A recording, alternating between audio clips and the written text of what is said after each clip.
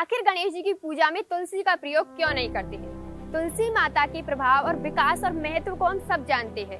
विष्णु भगवान की जब पूजा करते हैं तो बिना तुलसी के उनको भोग नहीं अर्पित करते हैं। बिना तुलसी के भगवान श्री कृष्ण भोग को स्वीकार नहीं करते हैं, क्योंकि भगवान श्री कृष्ण को तुलसी अति प्रिय है और बिना तुलसी के भगवान श्री कृष्ण भोग को स्वीकार नहीं करते। और ऐसा माना जाता है कि तुलसी में औषधियों के भी गुण है। रोज कोई व्यक्ति एक तुलसी का पत्ता खाता है तो उसके सभी रोग नष्ट हो जाते हैं। तुलसी के पत्ते का इतना महत्व है, तुलसी का इतना महत्व है, लेकिन गणेश जी की पूजा में तुलसी का प्रयोग क्यों नहीं किया जाता है? इसके पीछे एक कथा है और यह जो कथा है ये गणेश पुराण और शिव पुराण से हमें मिलती है। और इस वीडियो को सुनकर आज आप भी जान जाओगे कि गणेश जी महाराज को तुलसी क्यों नहीं चढ़ाई जाती है, दुर्वा घास का प्रयोग क्यों किया जाता है, गणेश पूजन में तुलसी का प्रयोग क्यों नहीं किया जाता है। तो इसके पीछे एक कथा है, वह शिव पुराण और गणेश पुराण से जुड़ी हुई।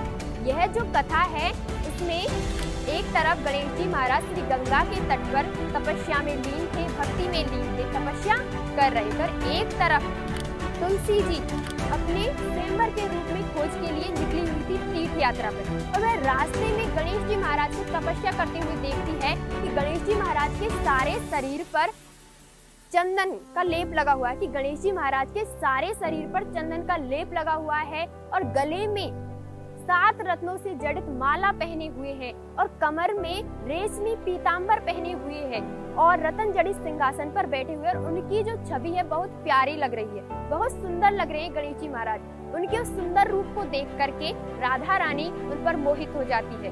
उनके सुंदर रूप को देख करके तुलसी माता उन पर मोहित हो जाती है और तुलसी माता कहती है कि मुझे आपसे विवाह करना है। गणेश जी महाराज के सामने तुलसी अपने विवाह प्रस्ताव को रखती है। उस समय गणेश जी महाराज तुलसी से दुखी हो जाते हैं, उससे नाराज हो जाते हैं, क्योंकि उस समय गणेश जी महाराज भक्ति में लीन थे और भक्ति उनकी भंग हो जाती है।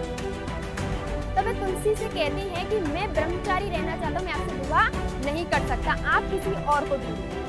तो तुलसी दुखी हो जाती है और दुखी होकर के तुलसी को क्रोध आता है और तुलसी माता गणेश जी महाराज को श्राप देती है कि आपका विवाह अवश्य होगा। वह एक स्त्री से नहीं बल्कि 2 स्त्रियों से होगा और वो भी आपकी इच्छा के विरुद्ध होगा। और सच में गणेश जी महाराज के 2 विवाह हुए और उनकी इच्छा के विरुद्ध हुए और उनकी 2 शादियां हुई थी रिद्धि और सिद्धि माता के साथ। तो गणेश जी महाराज को भी क्रोध आ गया कि पहले तो इसने मेरी भक्ति में जो लीन था उसे भंग कर दिया और दूसरा मुझे श्राप भी दे रही है। तो गणेश जी महाराज को भी क्रोध आ जाता है। गणेश जी महाराज कहते हैं कि मैं भी तुम्हें श्राप देता हूँ कि तुम्हारा जो विवाह है एक राक्षस से होगा।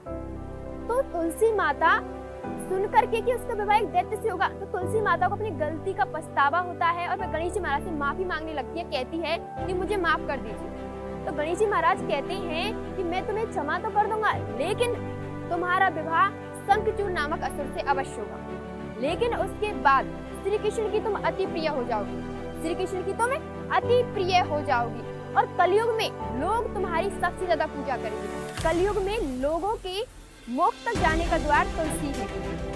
लेकिन गणेश जी की पूजा में तुलसी का प्रयोग नहीं किया जाता है। गणेश जी की पूजा में तुलसी को शुभ नहीं माना जाता।